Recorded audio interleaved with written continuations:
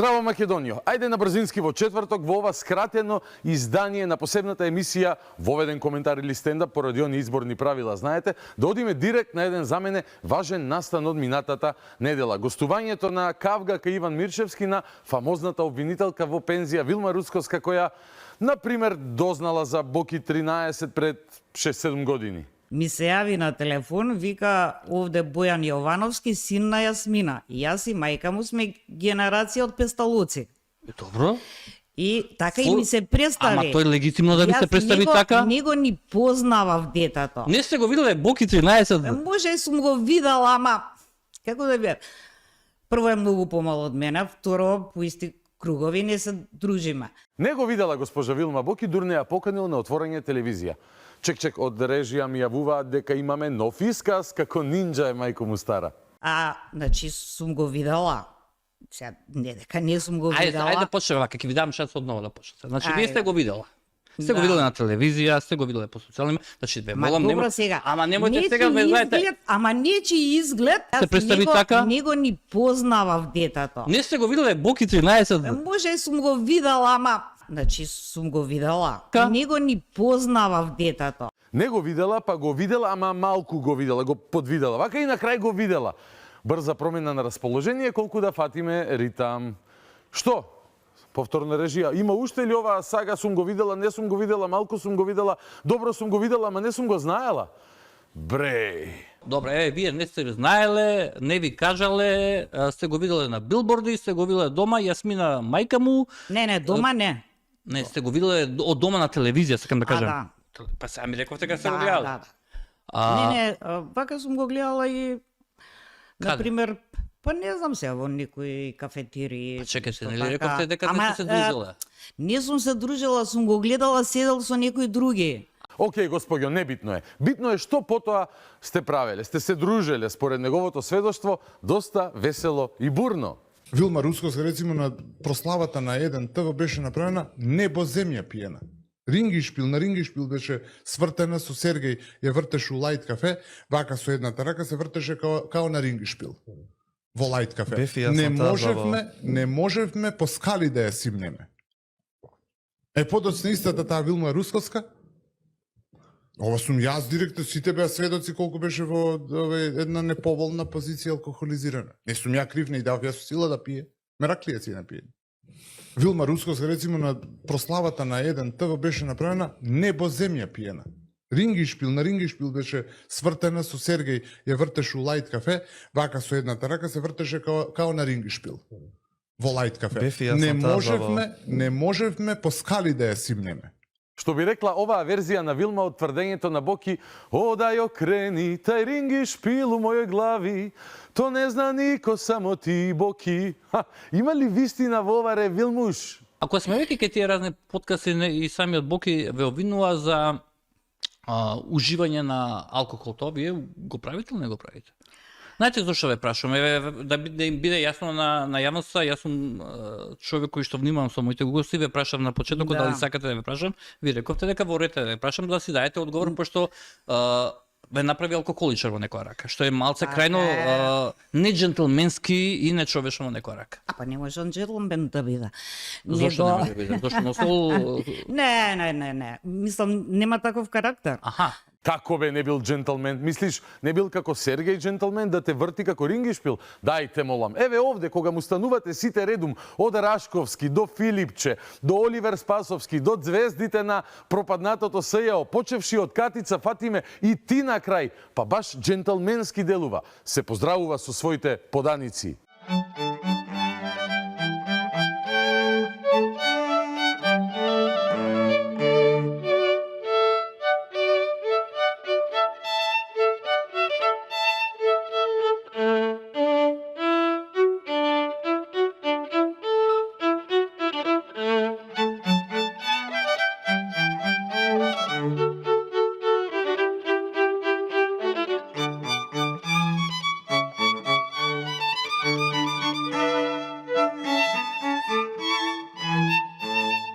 славните денови, кога специјалката Јанева ги поздрави, цитирам, гледачите на Македонија. Како за крај да не ве задржуваме, нели верувам дека сакате да се сместите, да уживате во музичката програма. Што би им препорачале на гледачите во овој момент по повод првиот ројен ден на ННТВ? Би им препорачала многу успеси на секое поле, на сите граѓани на Република Македонија, а со тоа и на самата телевизија, да може да бидете сте понепосредно до гледачите на Република Македонија. Благодарам. Јанева, ви благодарам што разговаравте со нас. Поздрав и од гледачите на Македонија до тебе, Кейти Јан. Сме ја заборавиле малку луѓе, нели? Ви недостига, признајте. Во истата прилика, кога славеа заедно со Вилма, Филипче, Спасовски, Боки, таа упати порака до медиумите. Убаво време и убав настан за славење. Се надевам дека сите медиуми во Република Македонија ќе одат по патот на Европската иднина на Република Северна Македонија и дека сите независно, непристрасно ќе ги донесуваат до гледачите сите настани и информации. Епа, ајде медиумите да го следат европскиот пат на пипер в уста катице за ова северна, ќе мора да се коригираш после. Туку, ајде да ги пренесеме како што сака, нели сите настани до гледачите. Ова ви го имам додуша пренесено и порано, ама бидејќи се сетивме на оваа срцка новој, забораве нас да се подсетиме и на последните незини пораки до јавноста. Лани летоска Ландов отиде во Идризово и направи епско интервју. Како си? Добро. Колку време помина Катица тука? Јас 3 години точно. Како е после 3 години овде? Па окей. Во суштина, окей, големо почитување имаат сите спрема мене. Апсолутно мислам да тоа може да сведочи и тие лица што беа тука, исто така со претходно со функции, да не ги именувам. Како е во Идризово? Супер бе! Сите ме почитуваат. Еве, прашајте ги другите кои лежеа. Као, затворена сум, ама многу ме почитуваат и тоа е најважно. Друго, животот како оди? Колку се смени животот на Катица? Не се смени многу, бидејќи фамилијата е се оште со неа, пријателите се се оште со неа. Јас сум возрастна жена. Јас сепак, за мене, диското и ноките излегувања многу време веќе не постоја. Мене лично редот и поредокот секој пат ми одговарале како личност, како човек што знае како да се однесува. Тој што ме знае, мислам дека и ќе поверува дека е така. Ја едноставно знам да почитувам, така сум воспитана. Како е во затвор, па знаете, во диско одам не одам, така што не е лошо. Плюс ми одговараат редот и поредокот. Еј, ова беше пали гаси на маички, а носеа некои. Ама ако имате маички со неа, не ги носете веќе, не од тие причини, туку затоа што тоа би ја навредило. Најтешко што е? Најтешко е тоа што црната кампања против мене. И тука да застана. Па мислам дека тие сликите што ги појавуваат сега на телевизија овона малку ме разочаруваат и ме изненадуваат во однос за тоа затоа што сега веќе сум 40 кила послаба и се разочарувам од самата себе. Најтешко во затвор, па тоа што медиумите објавувале слики за неа од времето кога била подебела. Јас се извинувам од мое име и од името на Алфа што објавивме снимки од оваа прослава на 1 ТВ. Срам да ми е.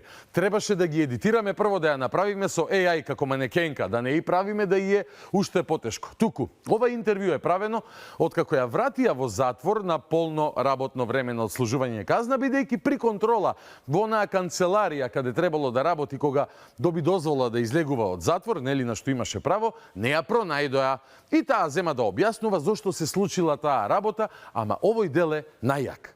Јас се извинувам многу за недоразбирањето. Се извинувам многу.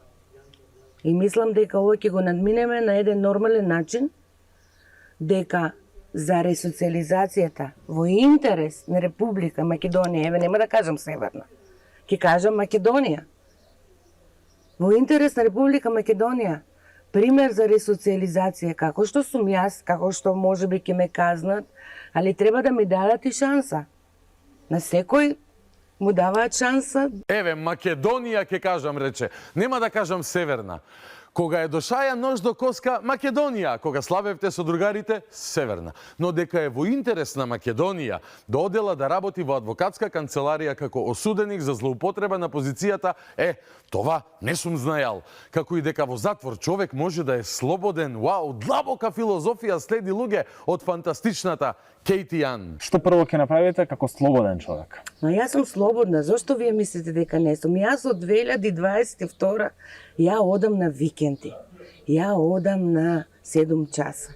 Јас бев ангажирана. Јас лани користев 3 пати по 10 дена одмор. 3 пати. Користев 15 дена викенди. Користев секој месец 7 часа. Истото го користев и сега. Океј, доста ли е со Кейти наша? Да се вратиме ние на Вилмуш и нејзините навики? Што, Вилме, мислеше завршивме со тебе? Не бе. Само не сме ни почнале, поточно кажано. Одиме на оние обвинувања од Боки дека локала доста махерски. Мислам, он максимално сака да ги омаловажи не само мене, него сите луѓе околу. Алкохол пијам, кога ќе одам со пријатели на Вино вечер. предпоставувам, така ли? Вино сакате Не, или не? вино не пијам, Не? имам проблеми со желудникот Аха. и ради тој не смеам да пијам. Аха. За добра свиња нема лоша помија, Вилмуш. Значи, ќе се напијам она 1-2, некојаш и 3 уза со, значи у ресторан или на вечера. Така. Толку ми е пиењето мене. 3 уза и после врп да пишуваме обвиненија или СМС пораки како она до судијата Јанинича. Можно ли да пуштите таква порака дека ќе го истресете од гаки и па внимајте што му додавате? Ако смеам. Морам да го прочитам зашто мене ми е толку ридикулно, толку ми е просто не личи на вас. Али претпоставам дека се биле страшно изнервирани. Слушате што му викате. Заради суди како вас, никогаш нема во ЕУ да влеземе. Ако ти со советот сте ја пуштиле кацица, да знаеш дека од гаки ќе ве истресам, цел совет со финансиска истрага. И на крај завршувате вака. Ама ако не е твојот совет, се извинувам. Па не бев сигурна. Ама сега бе, молам. Си се смешка. Насмеа на госпожице. Како се пишуваат вакви пораки за тресење од гаки на судија? 1-2, некојаш и 3 уза. Океј, јасно ми е. Следно, може ли да зборуваме за обвиненијата кои се пишуваат на 3 уза? Сакам малце околу 27. Тоа ми е нешто што ке малце ке посветиме повеќе време, гледам се смешкате за тоа, но Како да не се смешка? Што има да не се смешка? Секој со садистички склоности, која ќе осакати еден куп луѓе и фамилии, ќе се смешка, дури и без 3 уза. така. И се кажете ми, во целата таа приказка која оној човек пратеник сега лидер на алтернатива Закирија Ибраими, ако го знаете, ако не го знаете, кој што пееше химната, кој што предизвика бура. Тој него воопшто не го повикавте на одговорност? Како да го повикам Тебе на... сега ќе се обидам. Значи има ли одговорност за се што е кажано или испеано во конкретниот случај на говорница? Значи ниеден пратеник не може да одговара за она што ќе го каже или ќе го испее. Секој пратеник може да одговара за дела за кои се предвидени над 5 години затвор, директ во притвор да оди. Не на говорница, на свети говорница да го направил делото, ако постои такво дело што се прави на говорница. Секој може да одговара. Притоа, Закирија Ибраими, таа Вилма тврди дека добил преку ред право да говори на 27 април од страна на Трајко Велјановски. Трајко беше суден и за тоа. Јасно, таа тврдеше дека Закирија Ибраими бил дел од планот, а нешто не го обвини, не го повика ниту за сведок. Да се разбереме, јас тврдам дека Ибраими не бил дел од никаков план со Трајко Велјановски, но јас не бев обвинител, јас бев обвинет. Обвинителот тврдеше така стои во обвинението. И овде вели, не можам да го обвинам, само пееше. Сакам да ве доведам зошто Ви нема кажувам. обвинителен акт или во крајна линија зошто не бил повикан поради тоа што по членот 319 предизвикување омраза, раздор и нетрпеливост врз национална, расна, верска и друга дискриминаторска основа има член 319 кој што има два става, ставот 1 кај што го пише, во ставот 2 има допрецизирање кај што вели дека делот од ставот на овој член го врши со злоупотреба на положба или на овластувања или ако поради тие дела дошло до безредие и наследства спрема луѓе или имот на штета од големи размери, ќе се казни со затвор од 1 до 10 години. Сега да ве прашаме на работа, вие знаете што се случува во тој момент со Бранито, каква беше Не бе во зловриена? Будва. Изловриена? Изловриена? Во Будва била бе. Тука лежел зајакот. Пих каков пех имавме, мајко му стара. А и ден денес имаат сите кои се крвнички осудени за 27 април и се ден денес по затворите. Во Будва била, јасно ли е? Инаку, да не беше во Будва, да гледаше тука во Скопје, немаше да тропа вакви глупости во обвинението, нели? Бидејќи знаете како е во Будва. Узо, 2, 3, хоп, соло не наш. Тоа што вие мене ми билите И вака, Будва бив кој беше на 27 само април. погрешно да ме сватите лакијски, сега за едно пење. Ама знаете ли што значи пење во тој момент? Да излезете кога зборува собранието, две групи, Иван, Иван, молам, значи како не е може можно никој генераторот на пратеник. проблемот? Како е можно генераторот на проблемот? Кој што ја вика, еве, Па еве да го смениме законот за Не да ве собрание. праша, ама не е тоа закон за собрание. Не одговара за било што искажано на говорница. Полека бе, не урлај. А Брежено си пишала во обвинението, цитирам, Трајко Велјановски преку ред му дал збор на пратеникот Зекирија Ибраими кој ја испеал химната на Албанија, па обвинетите Богдан Илиевски и Борис Дамовски со подпалувачки говори ја разгореле нетрпеливоста на насобраните граѓани. Значи, ти пишуваш, тврдиш, обвинуваш дека ние сме имале заеднички план и усогласени действија во кои Зекирија требало да побара збор, Трајко му дава збор, па Зекирија ја пее химната за да ја вознемири масата, па ние после ја разгоруваме со говорите. Така стои во обвинението и тоа е твојата теза која што е изузетно глупа патем, ама и трагична за многу луѓе. Дали искажано на Не ви велам да одговара, да го земете за олеснителна околност во крај на линијата што постоел генератор на проект. Постоело причинско последична. Па тоа ми е во описот. Како го земавте господинот? Па во описот вие и не го викнавте ни за сведок. Ало, има ли салата без узото да се мези малку, да се задржи разум колку толку? Го гледа вашето обвинение. Гледате што се гледале вие, например, во случајот, гледате, ова е дел од вашето обвинение за Дамовски. Ги гледате трите точки. Погледнете ги, земете го мобилниот. Значи, вие не сте го слушнале, не сте сакале да го слушнате Борис Дамовски, што зборува во тој дел. Кај што вика, не сакаме да влезем... Слушавме како не? Па ве во обвинението имате три точки. Немате, ја го најдов ова видео за ваша информација. Не може да има. Се добро, одавна беже. Сега внимавајте. Кај делот за Борис Дамовски, каде што го цитира што зборувал, среде реченица има Вилма ставено 3 точки. Еве ви видео од неговиот говор и подолу во долната зона на видеото слика од обвинението. Да видите што напишала таа, односно што е цензурирано, избришано, скриено и се ставени 3 точки. Од таа химна на странска држава, ова е окупација. Мораме да го одбраниме собранието.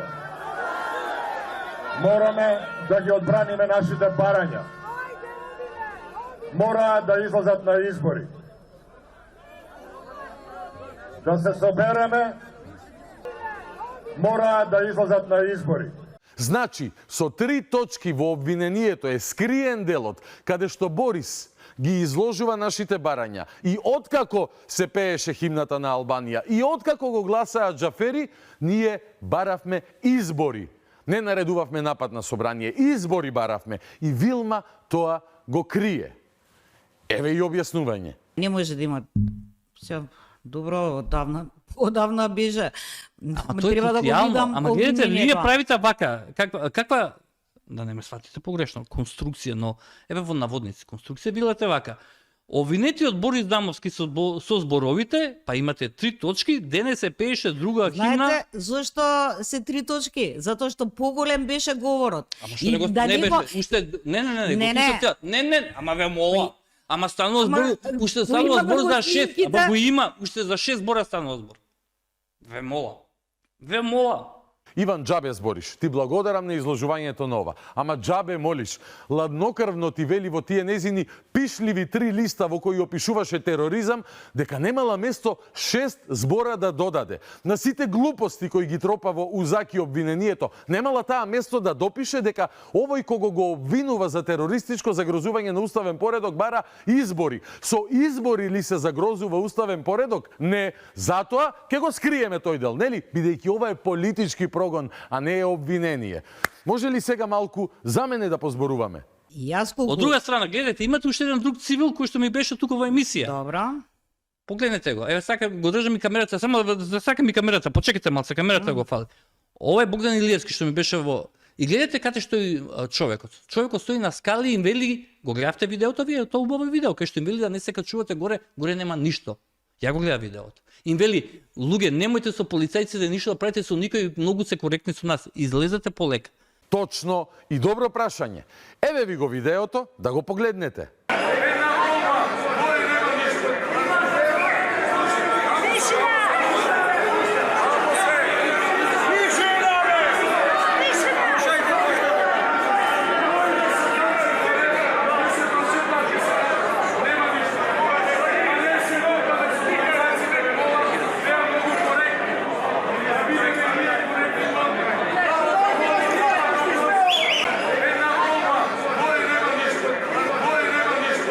Ете, ама и ова Вилма не го виде. Во Будва беше, добро? И внимавајте сега, како се вади за оваа местенка која ни ја направи?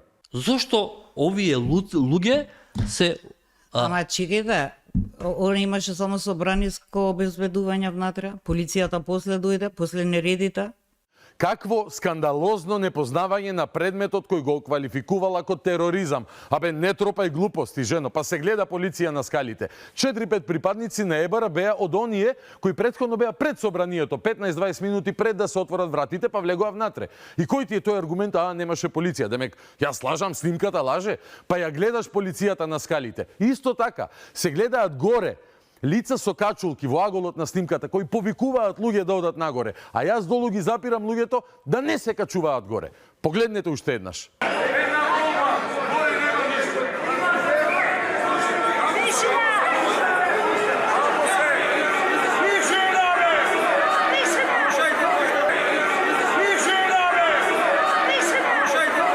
И оваа госпожава, која била во Будва на УЗ во овие моменти, тврди дека јас кој ги запирам луѓето долу и овој со качулката кој ги вика нагоре, имаме ист план, усогласен план, координиран план, заеднички план за рушење уставен поредок. Ние заедно плюс со Зекирија Ибраими, пејачот на химната, кој не е во случајот, бидејќи пеел, иако и дурло пееше, па беше во случајот, и нашите барања за избори, кои пак се избришани од обвинението. Ние со избори баравме рушење уставен поредок, веројатно. И на сето ова има образ да се појави пред камери и да тропа глупости, да тресе зелени, додека се уште во затвор се наши побратими кои со ништо не заслужиле да се уште таму, или некои воопшто и да не влезат. Срам, брука и резил. Мене чисто ме интересира, човечки.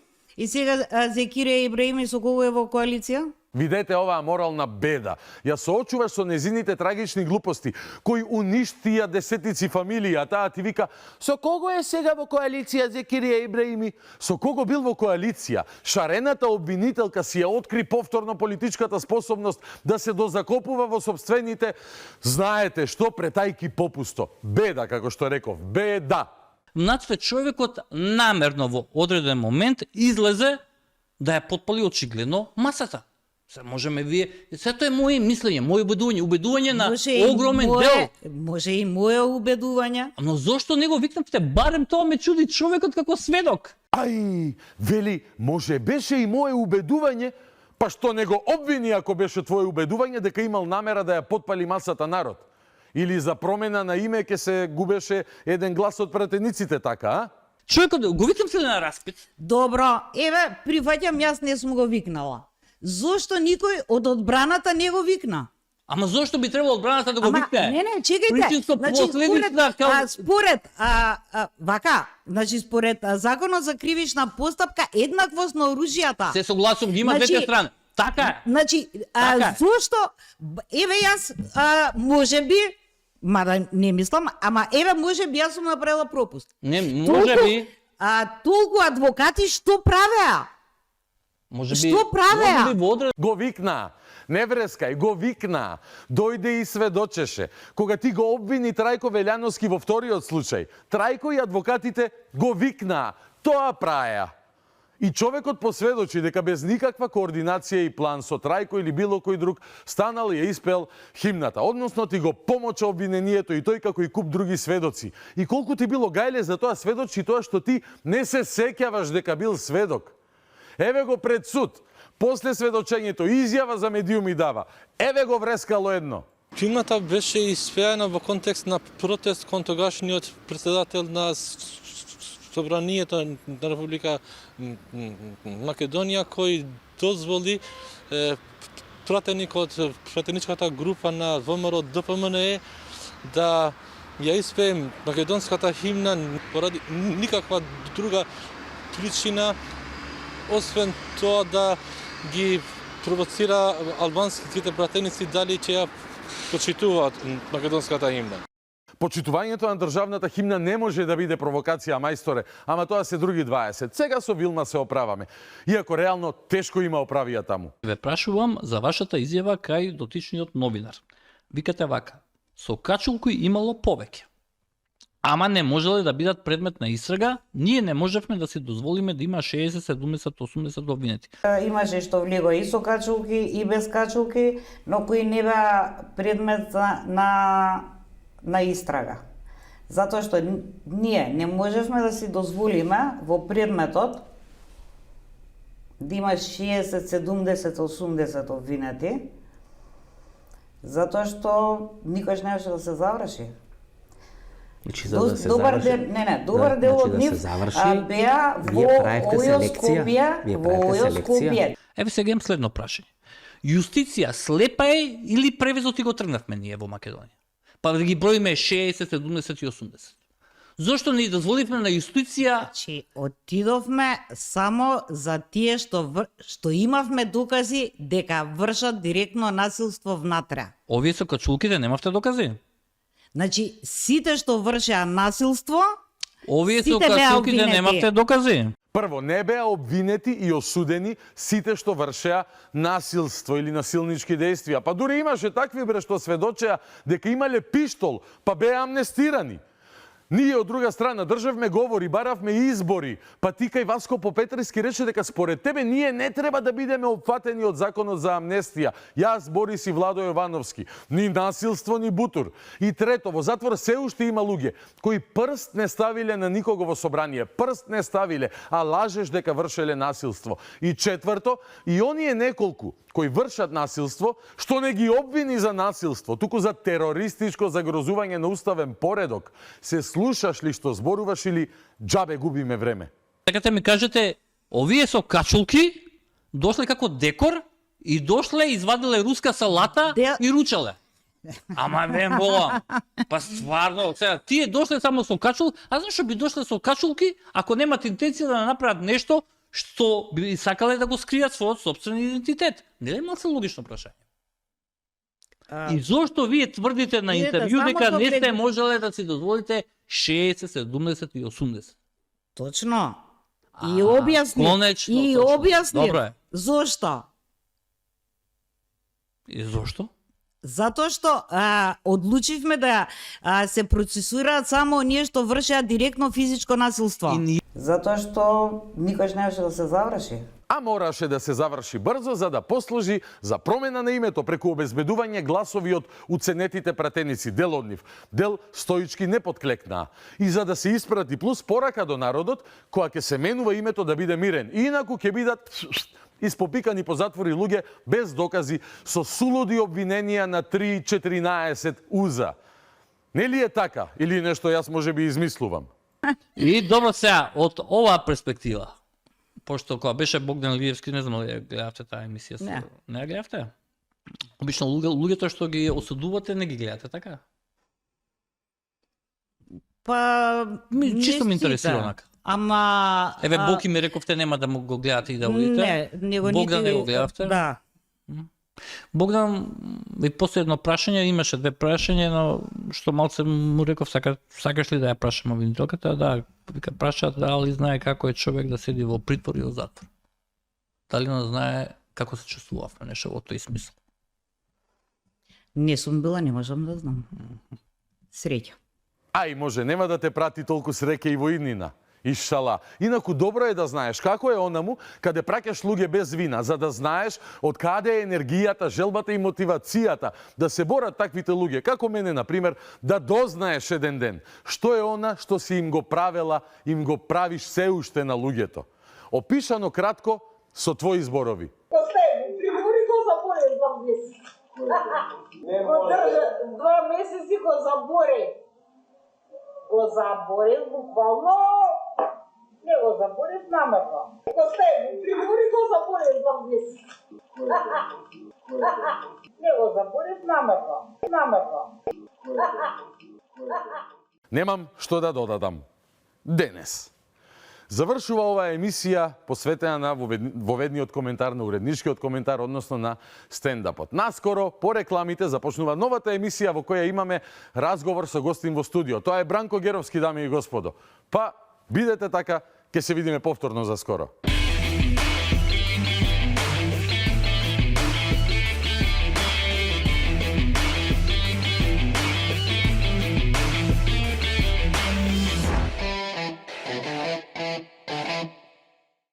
Вечерното шоу, четврточно издание, продолжува со разговор во студио и вечерва на неколку дена до првиот круг од локалните избори.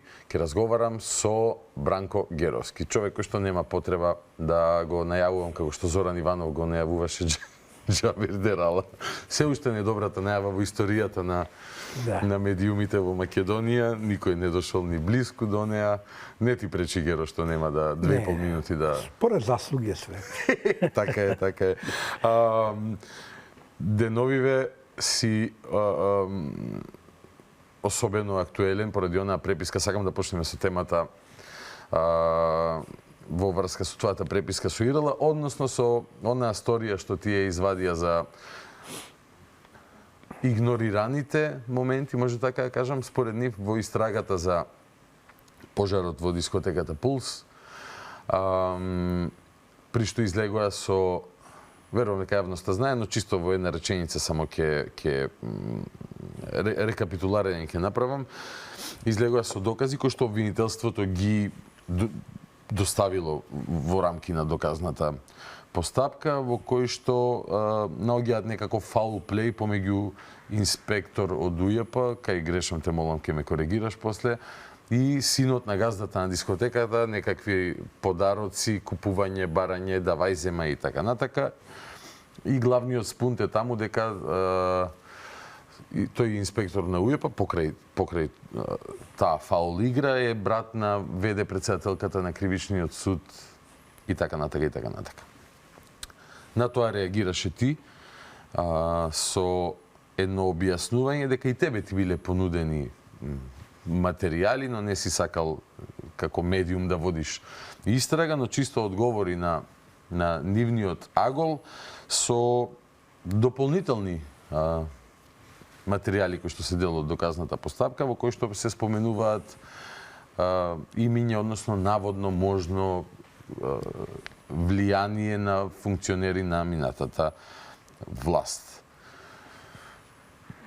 Како гледаш ти прво на сега вака пред поширока јавност на телевизија, на овие движења околу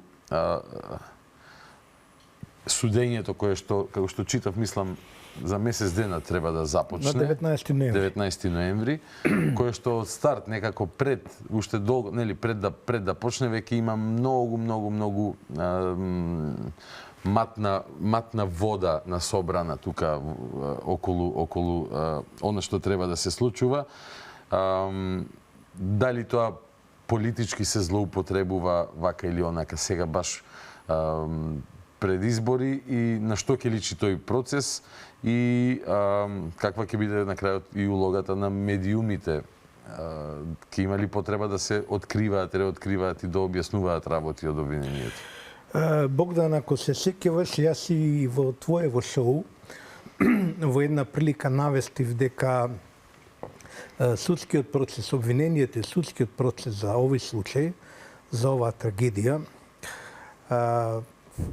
невидена трагедија, што се случи во Кочани, дека ќе биде многу чувствителен и дека ќе биде со многу проблеми, бидејќи просто, постојано, во стилот на, нели, Катон Постариот, кој вели секој говор го завршувал со онаа мисла, впрочем, Картагина мора да се уништи. Јас скоро секоја колумна во која ги спомнувам обвинителите во Македонија, односно јавниот обвинител Љупчо Коцевски, велам, впрочем, Љупчо Коцевски мора да биде сменет, процедурата почна. Меѓу другото, бидејќи сум убеден дека на обвинението што е подготвено врз основа на претходната истрага, може би наспроти на одите во истрагата, е направено на начин на кој ќе има многу забелешки. Станува збор за 39 обвинети, моментот. Тоа се 39 луѓе кои природно ќе мора имаат право на одбрана. Тоа се 39, ако не и повеќе, адвокати. Минимум 39. Од кои сите го знаат правото, а некои се брилијантни адвокати. И тие по природата на нештата ќе треба да ги бранат своите клиенти и да му најдат сите слабости на обвинението. Обвинението влезе на име на постапка оценување на обвинението во судот и Кај излезе. формално се третира таа Тома постапка Глешов за во жалба. Призма го објави тој документ, тоа сознание дека навистина формално го направиле, ги нотирале и вика сега судот нека се Прежи расправа. бриго другоме, тоа е позната тактика. По правилото на како што се случуваат работите, јас се плашам дека судскиот процес во прв степен ќе биде исто така една јакобинска правда, пресекување, како да кажам, преку колено, бидејќи судиите кај нас реагираат првостепените влад, па добро, сега ние ајде ќе го поддржиме обвинението, ќе донесеме такви пресуди какви што се Јавноста ќе бара ја задоволиме. и после зад нас има апелација ќе реши. Да. Апелација вообичаено не презема, не Материјално одлучува негува. мериторно, материјално, го враќа назад, За предметите техникали, се клачкаат и тоа ќе трае со години. Незадоволството на сите, вклучително и првенствено на жртвите, односно на блиските на жртвите, ќе расте. Ова тука го зборува во една прилика, го предвидував и сега тоа полека почнува да се остварува. Бидејќи дефинитивно се мешаат, се прави обид да се мешаат двете нивоа на одговорност за овој случај. Значи има едно ниво на одговорност за кривичното дело предизвикување општа опасност, односно за конкретната трагедија. Кои се виновни за пожарот и за тоа што се случува? Виновни се тие што неле пиротехника, виновни се тие што во последната изведба или доградба или реконструкција на проектот не направиле објектот да биде, како да кажам, Противпожарно безбеден. Безбеден на некој начин. Не може 100%, ама да ги има се што треба да има. Да имаше Влезови, излези. една врата, влезови, излези и така натаму.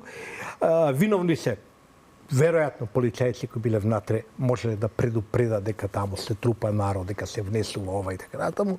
Виновни се разбира газдите, виновни обезбедувањето и така натаму. Тоа е едно ниво на одговорност. Сега тие луѓе се дело обвинети, осомничени и има едно друго ниво на одговорност. Што се случувало во претходните години, како еден газдите на еден локал, нели, ноќен клуб, дискотека, се обидувале да заобиколат закон, да не платат казни, имале контакти и така натаму. И обвинителството во врска со историјата на Идела кажа дека целиот тој материјал за ова друго ниво на одговорност, значи за овие други работи, вклучително снимки, односно транскрипти на сите разговори, нели им беа собрани телефоните на луѓето, во еден специјален извештај го доставило до судот.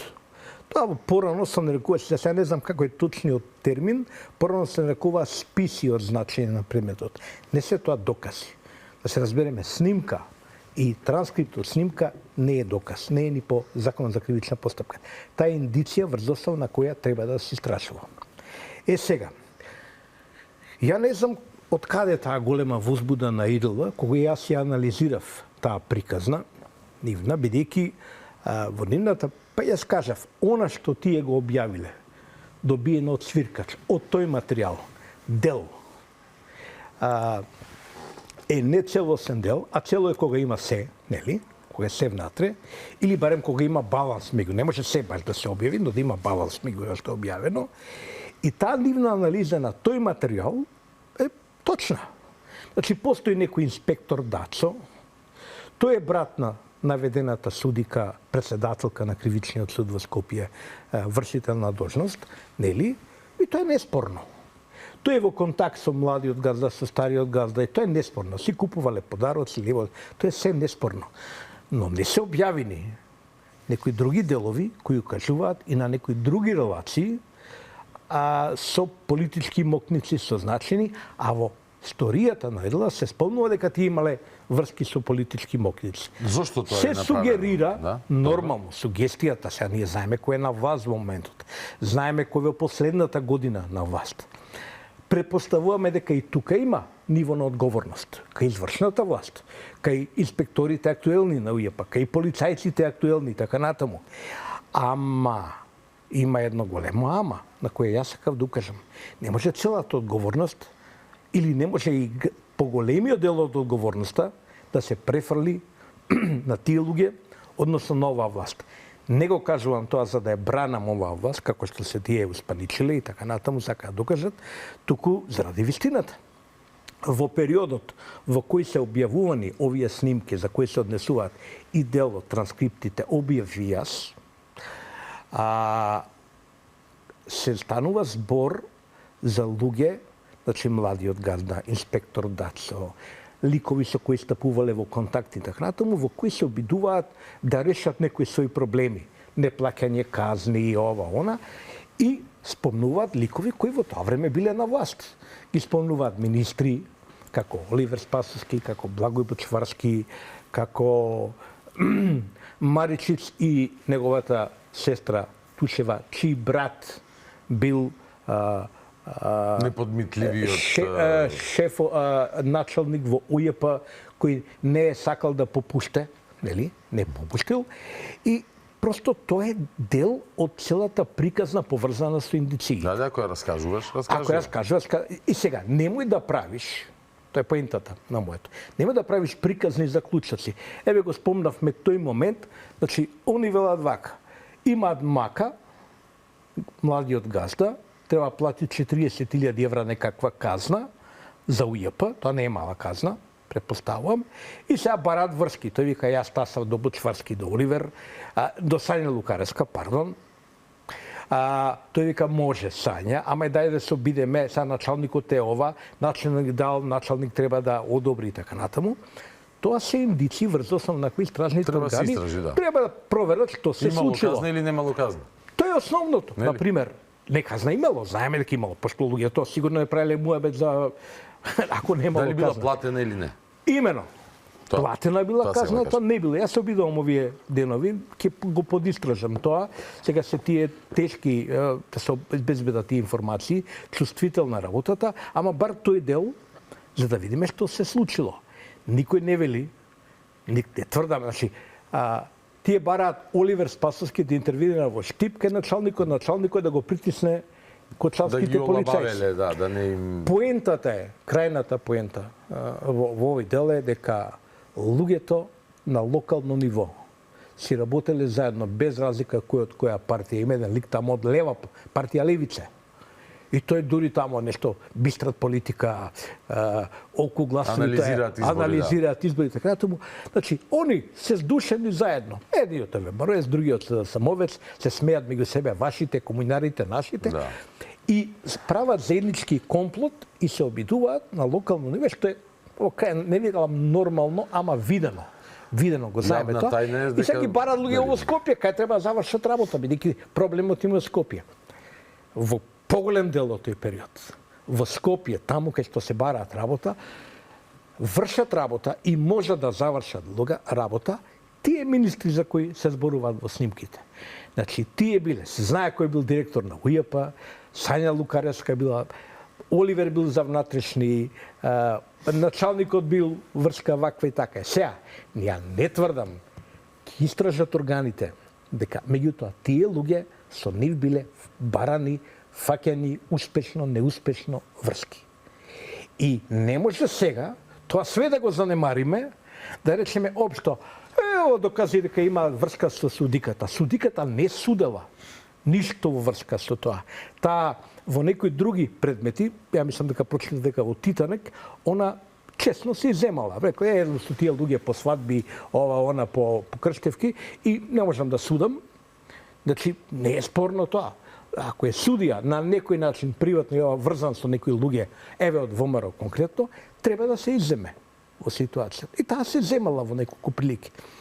Секој на секој е брат, сестра и така натаму. Значи, ако е Валкан, тој инспектор Дачо, чувени, ако, велам, исто така ти го утврди, се не можеме цела фамилија негова и не можеме цело Кочан него, Чеса, Олја Ристова е судивка, брат е Боби Илиевски. Значи, има еден манипулативен дискурс, при што јас нагласив дека не мора да е виновна ова, свиркачот може да е виновен, тој што го дава. Зошто тебе те нарекуваат, ќе дојдеме во мотивите и ќе свиркачите, ама тебе првите два збора во нивниот текст кон тебе се кукавичко новинарство. И велат Бранко Геровски редовно ги истражува ИРЛ, но никогаш олигархијата и мафијата. Или народски кажано, спинот е сега кон тебе дека ти имаш погрешен таргет, тенденциозност и така натака, со што, нели, сега ако ето и јас малку разбирам медиуми, треба да се дефокусира од она обвинение дека чекајте луѓе сте открили, ама не сте открили и други релевантни факти, ако веќе сте решиле да откривате и ако ти држиш до тоа дека медиумите не треба да ја водат истрагата, туку само да укажуваат на работи. Зошто таква вознемирена реакција од страна на ИРЛ? Види Богдан, вистината е силна работа прво. Значи, има една изрека вели вака, за вистината не се гласа. Значи, може би јас мислам дека во мојата анализа ја кажав вистината како што е. Таква каква што е комплицирана, сложена, но е вистината. И за неја не се гласа. Може уште 100 анализи да напишат, уште милиарда пати да напишат дека јас сум кукавица и така натаму. Имам до случаја малку некое 40 години така блесаво искуство за себе, скромно искуство, па се знае кој сум, шо сум, но не е важно што они ќе напишат, не е важно дури ни јас што ќе напишам. Вистината постои мимо нас.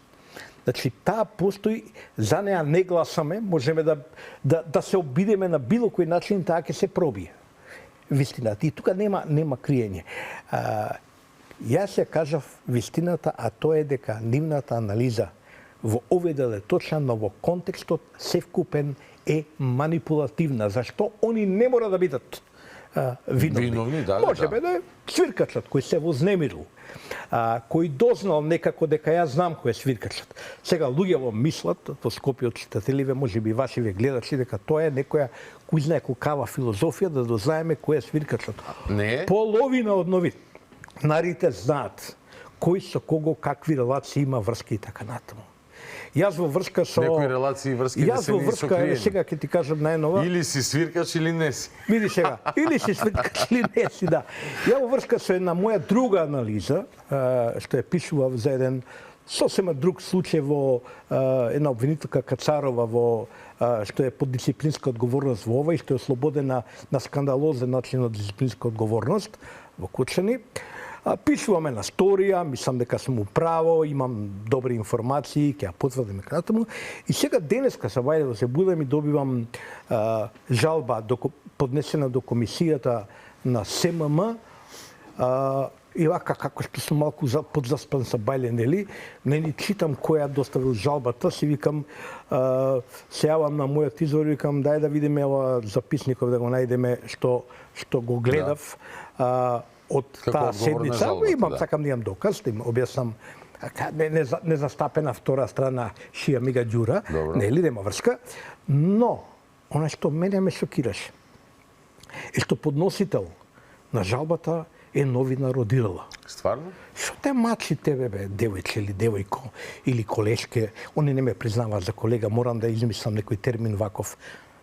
Господјо, нели, што те мачи тебе во врска со обвинителката Кацарова, миленичката на Коцевски и така натаму од Штип? Што мака имаш ти за тоа прашање? И тоа не е прв пат, Тоа е таа обсесија, значи има една обсесија на Ирла со мене, на колешката Сашка, да не ја сгрешиме Цветковска. Цветковска, овде неколку пати сум рекол Петковска. Како пејачката. Како пејачката, ти многу добро знае зашто го правев. Тоа сум обседнат малку со музиката и правев и тој период ја си минав Сашка Петковска и се таму направили приказ на намерно, сум навредил и така натаму. Постои една обсесија, не знам зошто е тоа. Сум го кажал повеќе пати, кај тебе ќе кажам, апсолутно е, како да кажам, премал тој ентитет, премалку значаен за мене, тој новинарски ентитет, таа редакција и така натаму, премалку е значена за ја да ми биде мене таргет. Ја имам малку посериозни таргети од државата. Јас се коментирам политиката, јас во имам медводаме на јавна, приватна, лична, да речем, јавна кампања, легитимна, мислам, кампања да дојде до промена во јавното обвинителство, за да трнеме конечно во правосудството работите. И сега покрај тој таргет, јас сега треба да се занимавам со некои дечки, со некои неподпишани текстови во еден медиум, или како да ја наречам тоа идола медиум, добро.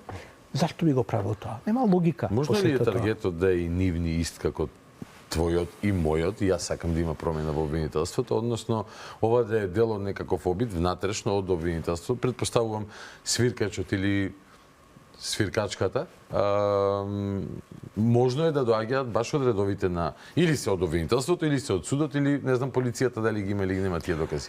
Па нема трет. Така, адвокатите дали ги добиле, не ги добиле, се уште не знам. Не верувам списите дека ги добиле. Сега, или суд или обвинителство, така.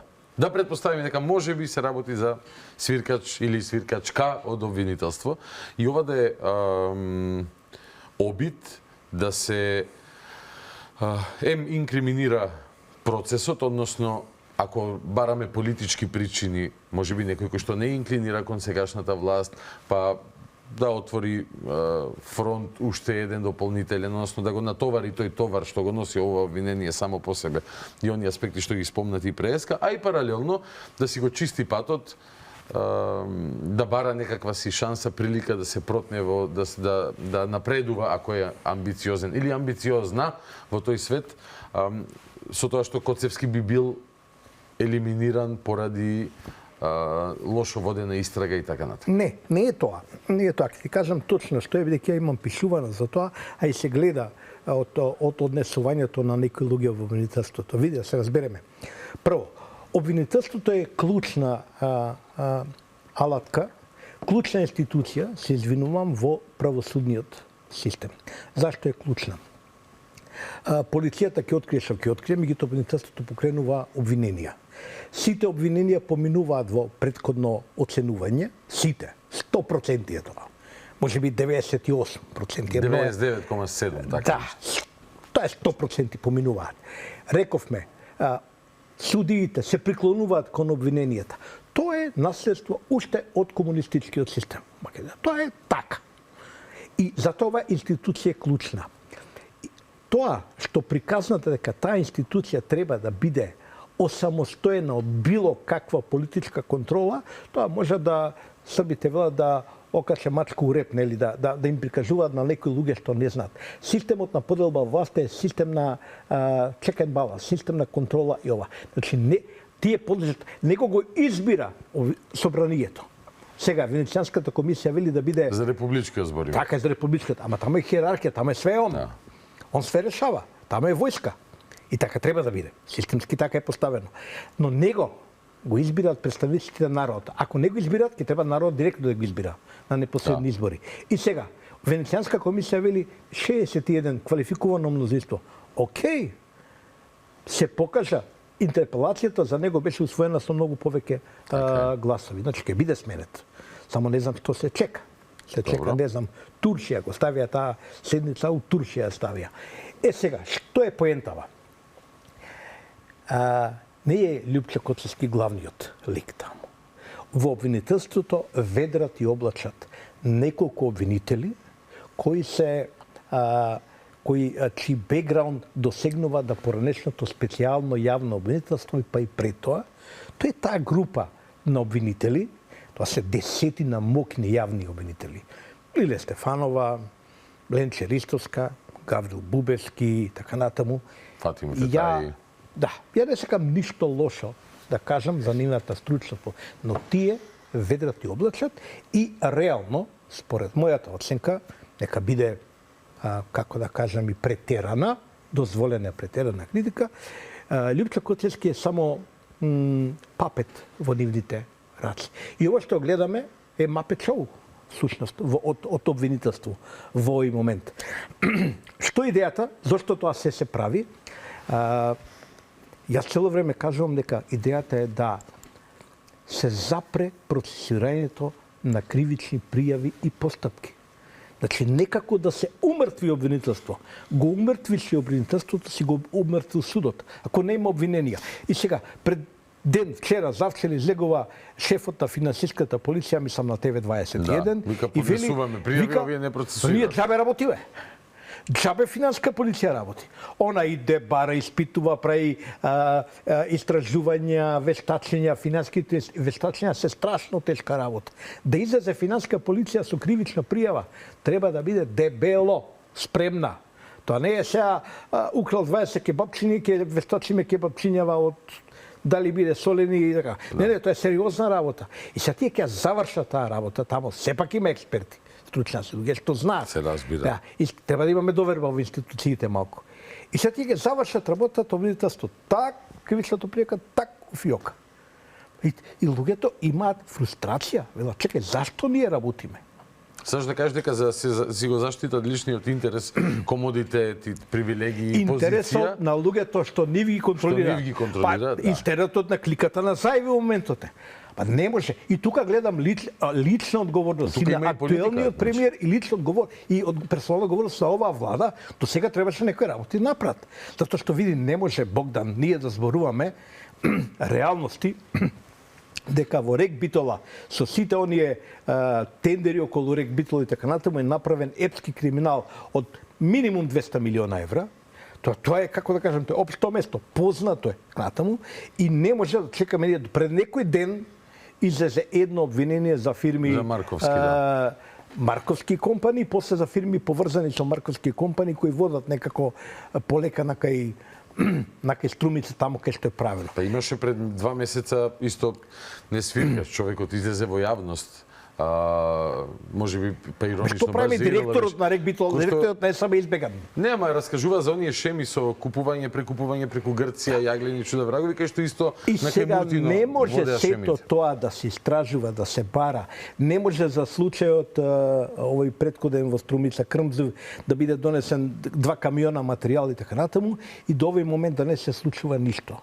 Вие имате блокада на истражните постапки. Блокада на правдата имате и таа блокада, клучниот клип се става во јавното видителство. Така е. И се утре, кога ќе го видиме тој клип, тој обид за компромитација по разни основи на постапката во Кочани, која е чувствителна. Има луѓе кои изгубиле се во животите. Изгубил дете, си изгубил све. Така е. И која правда ќе те задоволи тебе? И сега ги вознемируваш тие луѓе. Ќе осудиш тие 39 можда 20 нека се невини луѓе, тоа е страшно. Тоа е страшно зошто да осудуваш невини луѓе. Кој ти дал тебе право? Онака без врска. Кој ти дал тебе право да му залепиш некому кривично дело предизвикување општа опасност со смртни последици и така натаму за нешто што он го направил, не знам, 2015, 16, 17, не знам што направил и така натаму, нема врска. Нема причинско последична врска со настанот. И кога тоа ќе се случи, ние утре ќе велиме, па сега кој е виновен? Луѓето ќе доваѓаат во Скопје, нема да идат во обвинителство, знаат дека тоа обвинителство, не знаат каде ќе доаѓа пред влада, ќе вика долу влада, и кој ќе биде виновен? Не е поентата што нека паднат 6 влади, ама правда нема да добиеме. Да. Правда нема да добиеме. И тоа мора да се спречи. Една од клучните задачи на оваа власт е да преземе политичка контрола врз, која велам политичка контрола, зборам во име на избирачите што е гласале во оваа власт. Политичка контрола значи отчетност на обвинителството према тој што го избира. Секој е подлежен на отчетност. Нема, сега Венецијанска комисија вика, нема бе двама, нема тамо без врзе реизбор и така натаму. Што се занесувате вие тамо? И навистина не треба да има. Управо се луѓето од комисијата. Тоа е политичка контрола. Инаку кој ќе биде одговорен? Да, бидејќи обвинителот кој ги бира тие луѓе? Сами себе се бира. Кланот зајве ги бира. Што се случува со тие луѓе? Тоа треба да престане. Поја се моите поенти, тоа е мојата битка. Сега што некои леваци улетуваат од таа приказна, па сега нешто се вреѓаат.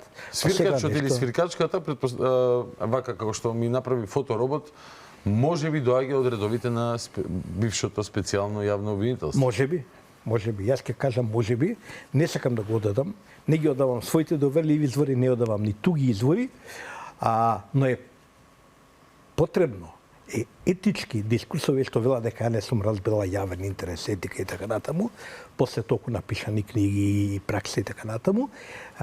Например, сум ги учел нив една работа. Ти не мора да го откриеш изворот. Имаш право да не го откриеш, ќе сносиш ако треба и последици, но фере према читателите, према гледачите, да го лоцираш изворот. Да кажеш каде е.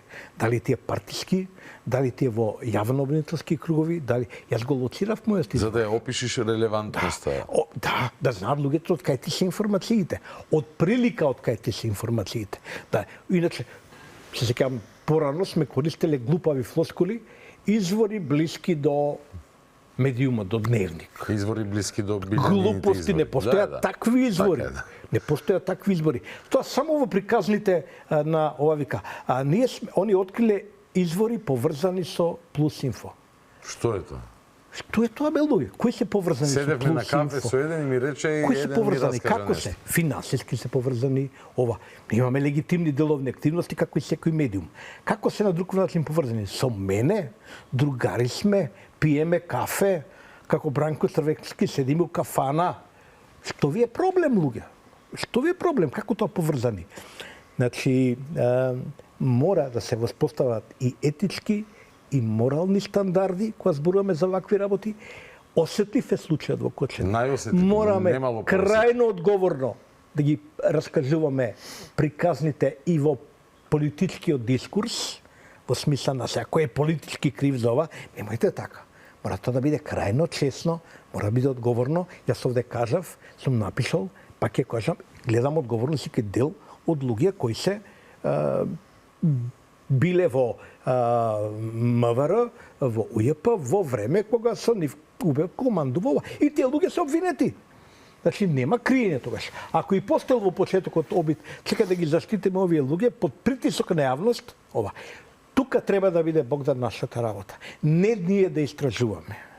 Нема вештини што ние ги имаме да водиме финанска истрага. Тоа се прикази за мали деца. Цртане, квадратчиња, клучиња, табли, овој поврзан со овој, тоа само во специјалното јавно обвинителство имаше и не е случајно што најголем дел од обвиненијата, па дело и јас лично ги демонтиравме јавно. Зашто? Затоа што тоа беа глупости на цртане на табла некој, бидејќи нема финансиско вештачење, финансиска истрага, они велат, јас не сум ги разбирал техниките на финансиско истражување. Да. Абе, дечки, имате вие некој сертификат за финансиско вештачење? Знаете вие нешто? Не е тоа поентата. Ако ние, како јас како медиум немам, ќе си платам вештак. Тој што ја знае работата. Но не е тоа нашата одговорност. Процесот е пред судење. Има обвинителства, има суд, ќе си бараат истраги, обвинетите ќе прават вештачења, власта ќе прави, судската власт ќе прави вештачење, така натаму. Дај да има стајме на луѓето да работат. А да ги притискаме во јавниот дискурс постојано, со еден жесток притисок и политички притисок, сите партии, оваа работа е да ја завршат по тотално честно, по правилу службе, што викаат у ЈНА, така се викаше по ПСУ, да завршат како што треба одговорно за утре со крената глава да излезат пред Колчанчани да им решат, луѓе, тоа е правдата, ние ова го откривме, ова, борите со правни аргументи, оспорите тоа што го правиме. А не сега ние ќе правиме циркузи по медиуми, а правдата на ќе биде траљава, ќе Но биде клучен предуслов за тоа е, како што те сваќам и би се согласил, да има промена на врвот на републичкото јавно обвинителство. без тоа нема ништо. Значи, бидејќи вака гледаме како ќе оди работата. Картагина мора да се уништи. Пример за катастрофално воден случај и обвинение и одвратни пресуди е случај за 27 април. Тогаш немаше ниту една жртва. Фала му на Бога. Може Како немаше жртва? да излечеме полука. Луѓе има жртви, внатре се позатвори за тероризам. Немаше жртва во настанот, немаше жртва во настанот, за така разлика од така. ваму кај што имаше Така е, фала Богу, 61, тоа немаше, да. За жал и 63 сега со смртта на Владимир Блажев Панчо, да Бог да го прости. Но тоа може да биде мора да биде страшна полука како изгледа кога лошо ќе се води случај. Денес верува ли некој дека е откриена некаква вистина за 27 април? Јас знам дека не, бидејќи ништо суштински не излезе освен оние приказни на Русковска кој со кого бил поврзан и така. Да не ги раскажувам, досадни се. Ја гледав Русковска и во подкастот кај Мирчевски, и стекнам печат веќе ни она ни самата не е уверена во нешто не да, тоа е, да, вика, еве има влада, нека ги амнестираат. Која што претходно викаше амнестијата го уби процесот, сега вика еве нека амнестираат. И кажуваше и глупости. Тие контрадикции зборува дека немало. Но друго е Геро суштината. Кој видиш ти какви ликови биле на чело како Русковска на организиран криминал и корупција или ова Ислама Бази кој што на прашање на новинари, колеги на Ирла, не твои и мои, нели? Зошто нема истраги за висока корупција? Овој како рече? Па тоа е, не знам дали се сеќаваш на таа фантастична снимка.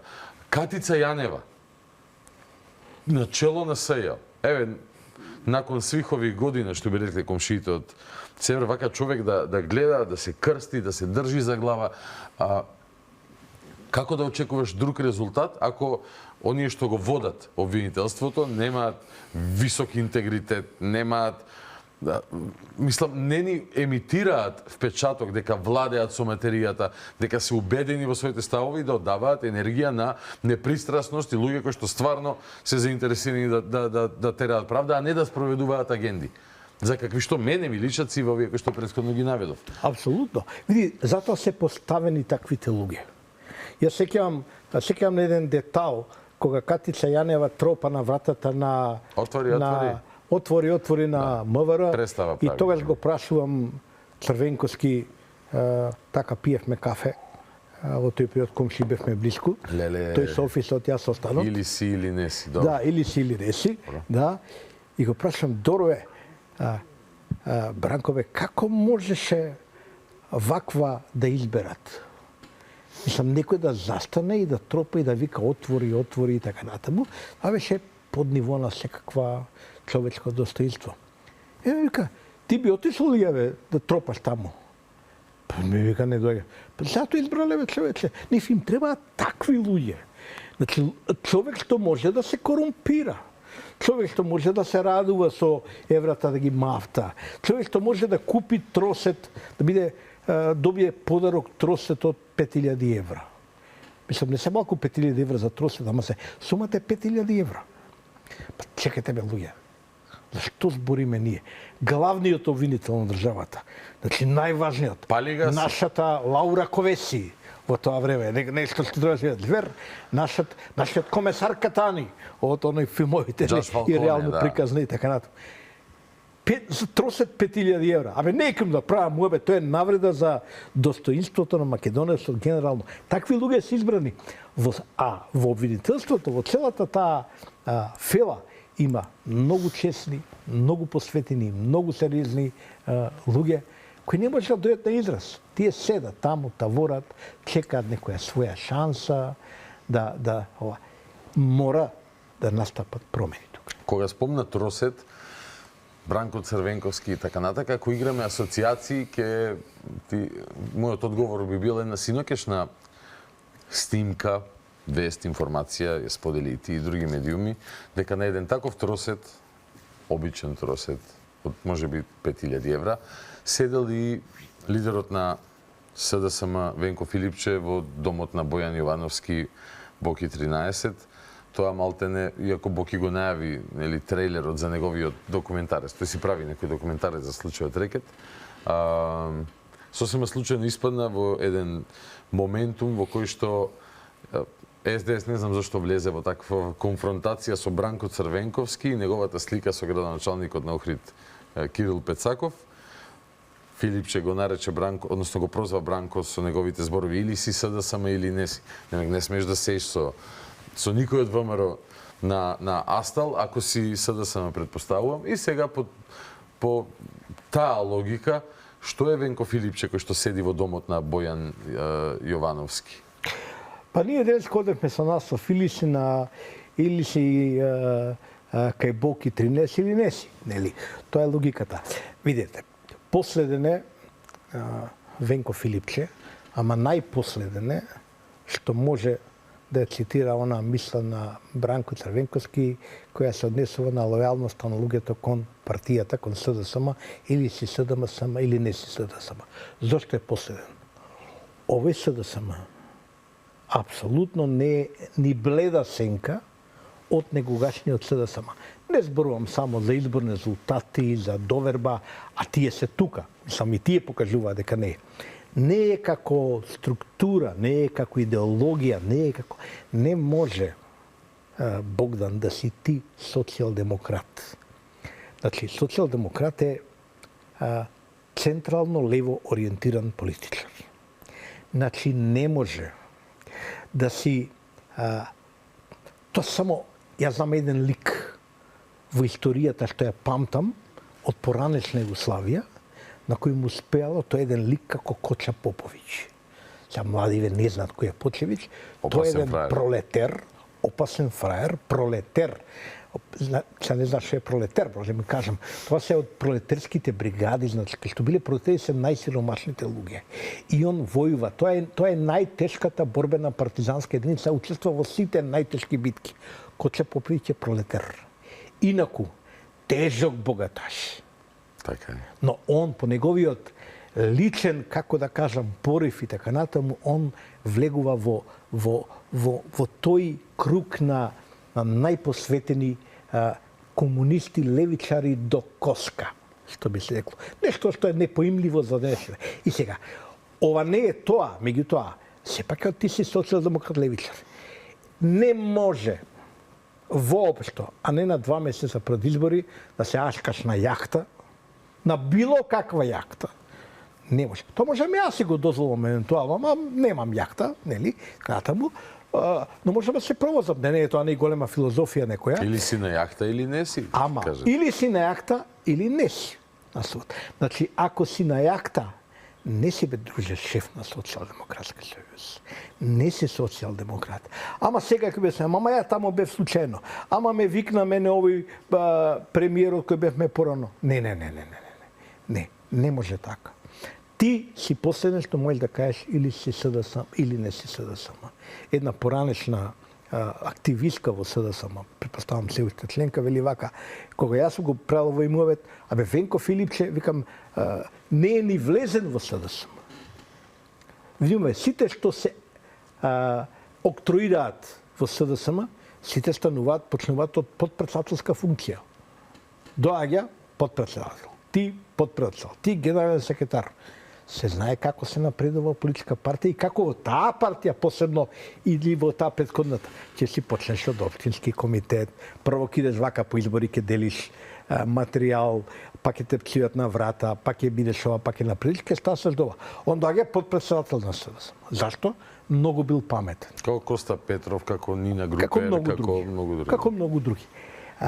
И сега, ете така, може си и стварно као, меѓутоа немој да бидеш безобразен, немој да им споруваш на луѓето да седнат, што треба Бранко Црвенковски седи тамо со, не знам, Пупе компани, со Пупе.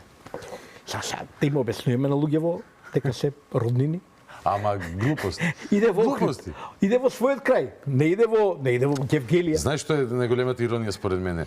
Филипче обвинува, нели, кога го критикува ВМРО, дека ВМРО создавало поделби, внатрешна омраза и така натака, а тие се оние обединителите и со албанците и со бугарите и со сите живи, а тој внатре партиски се дели, односно му као малтење да му забранува на бивш, макар и нели претседател на држава бил претседател и на неговата партија, да седне и да разговара со пред полн ресторан со градоначелник на Охрид кој што е од друга политичка партија. Па чекај малце.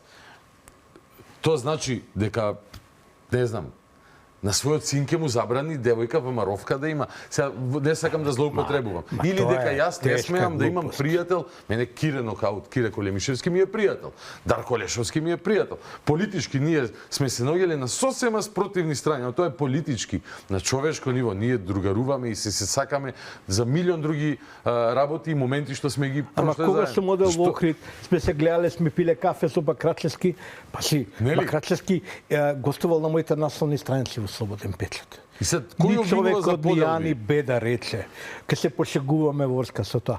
Мора да има некој ниво на човечкина. Тоа не е срамно. Види, сега само тоа го доживеа како саканица, како удар, бидејќи името на Бранко Црвенски се уште многу тежи таму. И сега, ако седне со луѓе што не им се поволја, за нив тоа е удар. И нека биде удар во крајна линија, не е битно. Не е тоа срамота. Што е срамота? Тоа што го објавува Боки 13. Тоа што го гледаме на фотографија, седи во домот на Боки 13, кај што овој сведочи сега. Пази, Боки 13 во тој период е инсайдер во СДСМ. Мислам, оние гасигачи што велат со овај Заев, со Катица Јанева. Кој е гачи, кој е друго, не знаеме, тоа треба да се утврди. Шекеринска кога објаснуваше дека дискутирале за законот за јавно обвинителство. Боки, Шекеринска и Катица. И сега таму седи, па уште се она обтегнал, веројатно тоа така им се троседи, не мора да се обтегне, не може. Од 4800 до 5200. Клапне, седи. Тоа е 200 евра. Што правиш ти таму? Светиш? Што правиш? Или бизнис правиш? Боки го обвинува за сериозни сделки. Зборуваше ли Венко на времето, сега ќе импровизирам, дека имале некои средби и разговори за јавно-приватно партнерство за некои клинички центри? Вака како да ми е... Да не правиле муабе за тоа? Веројатно, да. Па добро, ќе го сочекаме тој документарец, кај што можеби јас сум некој од ликовите, нели? Јас, ако си министер за здравство, нели, такви работи, тоа се и транспарентни, може да бидат и да се разговараат во канцеларија. Посета на дом приватно, Геро, не знам, мислам, не ми личи ме на деловен однос. Тоа е, сега, не можеме да заборавиме дека целиот државен врв тогаш и целиот јавно обвинителски врв, целиот државен врв на Македонија во тој период беа присутни на крунисувањето на Боки 13 во театаров, овој што е МОП сега што и така натаму, таму беше, со една музика, со вистинска круна, човекот да се круна на главата, се разбереме. И ова се поданиците, и се поздравува од еден по еден и така натаму. Тоа беше крунисување на царот Бојан Јовановски. И сите тие луѓе беа таму.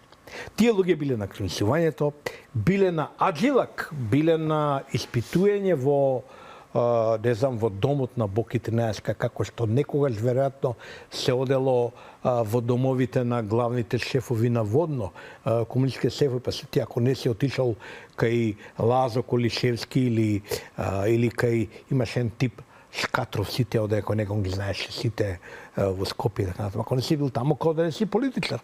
Ова е истото. Значи, он морал поради нешто да биде, ето е срамното. Тоа е или си СДСМ, или си во троседот на Боки 13. Ако си таму, ти не си СДСМ. Не можеш да биде. Додуше во тоа време си СДСМ. Во тој СДСМ има различни СДСМ. Сега, дозволи малку да бидам и емотивен и да им дам поддршка на СДСМ, им фали дошта, тоа нема да им помогне ништо ова што го зборам, ама тоа е еден друг СДСМ, што ние го памтиме од едно друго време, што нешто значило и добро да има таква сила, да имаме малку повеќе демократија и дебата во државата, ама тоа е завршена приказна, тоа е пасе. Јас што го зборувам. Ова што сега е СДСБ, па те молам. Постои ли ова- опасност и ова што е сега да се дорастури на делчиња, само да наговестам 12 минути до крај мораме. Добро. Па сакам за изборите локални зборуваме. Апсолутно, да. Да те прашам за општа проценка, окей, сите ја знаат. Најголем дел општините фаворити се актуелните или кандидатите на ВМРО знам. Влен, главната битка, фокусот според мене ке, не знам, според колегите подкастери во 15 града ќе имало битка, јас мислам ќе има Чаир, Карпош, Тетово, Струга, ќе видиме Кичево, така. Тоа се Тука општини, негде, да, сплика. тука некаде. Тоа се невралгичните точки во овој момент. Да. Со таа разлика што во Чаир и во Тетово македонците ќе одлучуваат, па ќе видиме колку е јака врската меѓу ВМРО и Влен.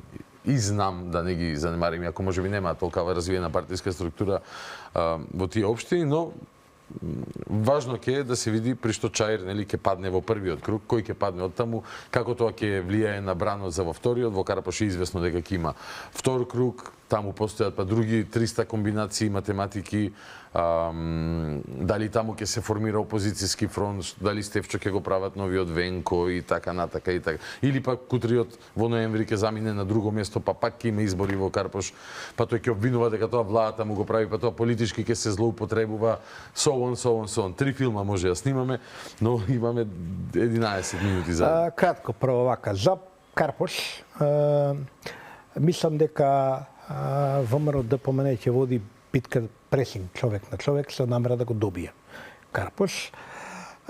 Стефчо веројатно влегува во вториот круг, после една крајно нечесна игра на овој човекот од фотелијата од Боки 13-ка, ја вади Маја Мојсовска, доктор Маја Мојсовска кандидат, ја пуштали из вода, сега ќе навијаме за Стефчо. А неверојатно, барем не ја вади жена. Нема кампања, го споѓате воопшто. Се појавува воопшто, апсолутно. Нема. На Facebook има 5 објави за месец ден. Ја забораваш. Тоа е, не знам како да кажам. Тоа е. Кој е, може ли тука да навлеземе во 30 секунди, која е психологијата позади тука на Венко, као пошто пото да го удриме ВМРО преку Стефче, не гледајќи го ризикот, ако па Стефче го направи појак од него, ако овој изгуби во сите други општини, што може да се случи? Да. Тоа е едно слепило. Тоа е психологија на човек од Троседот кај Боки 13. Okay. И со тоа све сум кажал. Прифаќам. И мислам. Чаир и Тетово се важни. Има шанси добри Меджити да победи според моите информации во Чаир, но услов за тоа е да има добар резултат и воство во првиот круг. А во Тетово услов да македонците гласаат за Касами, без македонските гласови тешко ќе се добие. И Чаир да бидеме реални, да, и Чаир. Услов е, сега во албанскиот блок се води една жестока националистичка кампања. Кој е поголем и така натаму, кој е поголем албанец. Да бидам искрен, ќе кажем отворено, Касами многу не им помогна на ВМРО ДПМН во кампањата да отидат утре да излобираат, да пробаат. Никој не ги држи гласовите на луѓето во джеп, да се разбереме. Ама може да се заложи лидерот на ВМРО, овие малку му е отежна работата. Од тоа ќе зависи во тие општини. Струга не знам како ќе заврши. Кој е кандидат, веројатно, мислам, албанец ќе биде во Струга, да се разбереме, нема дилема. Overall, значи на ниво на целата држава, прво е најважно да се свати дека партиите и коалициите од владеачката коалиција, сега што се, значи зборувам за ВМРО ДПМН, знам, вреди, заедно и во поглед на број на градоначалнички места, и во поглед на гласови, мислам дека ќе потврдат својата огромна политичка надмоќ во општеството. Со тоа приказната сега треба веднаш вонредни парламентарни избори, мора ќе падне во вода. Значи не може да биде одлуката вонредни парламентарни избори затоа што се десила некаква промена во албанскиот блок. Треба се деси промена во целата држава. Нели, за да знаеме дека овие што се нават губат енергија, паѓаат и ова. Според мои Што 2021 информации се деси таква промена, па не дава избори. Така, Нели? така. Сега нема ни да се случи таква промена, зашто ја според некои последни информации во услови на висока излезност ВМРО ќе се врти дури околу 400.000 Што за локални избори гласови, што за локални избори ќе биде фантастично. Тоа е многу повеќе од претходните локални избори. Се споредува локални со локални избори. Да се разбереме. Баби и жаби не се мешаат. Добро, ќе го има тоа во фолклорот политички, но окей се. Според ако се ови околу 400, тогаш СДСМ би бил некаде околу 130-135 гласови. Тоа е само по себе трагедија СДСМ, но не толкава ако излезноста биде помала. Левица веројатно ќе се конституира во македонскиот блок сериозно како трета политичка сила и ќе почна на приказна за пасокизацијата на СДСМ, бидејќи во околности на уште еден ваков 3:1 пораз во однос на ВМРО, не знам како човеков од фотелјава кај Боки 13 Филипче, како воопшто ќе опстане во СДСМ. Посебно ако му помага на Стефчево Карпаш. Ја стварно не знам како ќе опстане. Освен во една ситуација, ако нешто сега имаме итни парламентарни избори во одредби, и да нема време да има смена. Абе сега не се менува пред уочи праснели Божич прасен не се го и сега да не менуваме сега. Тоа е приказа која му одговара на СДСМ. Па не знам баш, делно одговара и на ДУИ, меѓутоа и на ВМРО му одговара, Гера. На ВМРО, ама да. Мислам опортуно ако размислувам. Опортуно ако размислувам, ама чекате сега на вистина. Знаете зашто јас во еден период вика, абе ти многу критикуваш и сега и порано СДСМ и така натаму. Без јака опозиција. После 7-10 години суша во поглед на било какви напредок во државата, проекти и така натаму. Па нешто треба да се случи. Нешто треба да се случи. Абе 7 сантиметри во 7 години автопат не беа изградени. Па тоа е срамота. А човекот зборуваше на српски јазик. Во автопатишта смо градили, тој го прашува новинарот. Кој е, не знае да каже. Да. Зашто не се каже? За Заев збориме, нели? Да. Нема, ништо не се направи. Па толку години бре да се мисли само на своите бисаѓи и на тендерите Рек Битола и така натаму. Тоа мора да престане. И сега, ако се влезени во некакви проекти, ако почнува нешто, мора сами да си земат време да завршат нешто. Да пушти еден пат, пушти друг пат, ќе пуштат трет пат, ќе се обидат една фабрика, две фабрики, се обидат да одржат стабилност, да подигнат ниво на бруто општествен производ, да подигнат плати, да подигнат пензии. И сега луѓето кажат, абе види тоа не е важно. Па како не е важно? Што е важно? Па што е важно? Зашто збориме ние сега? Што е важно? Ќе се обидат дека како го решат ова со да се придвижи процесот низ промени и внатре во Европската унија или нема да попуштат пред цените во секој случај. И сега па за тоа го баравме, барем јас тоа го гледам. Затоа мандат трае 4 години, не една година или две. Така е. И во првите 2 година, 2-3 ти треба да го трошиш мандатот. Значи имаш рейтинг. Рейтинг е за трошење. Они треба да потрошат дел од рейтингот. Абе ќе се заложат, кога се кошта, ќе направат политичка штета, може би да, ама за државата мора биде подобро.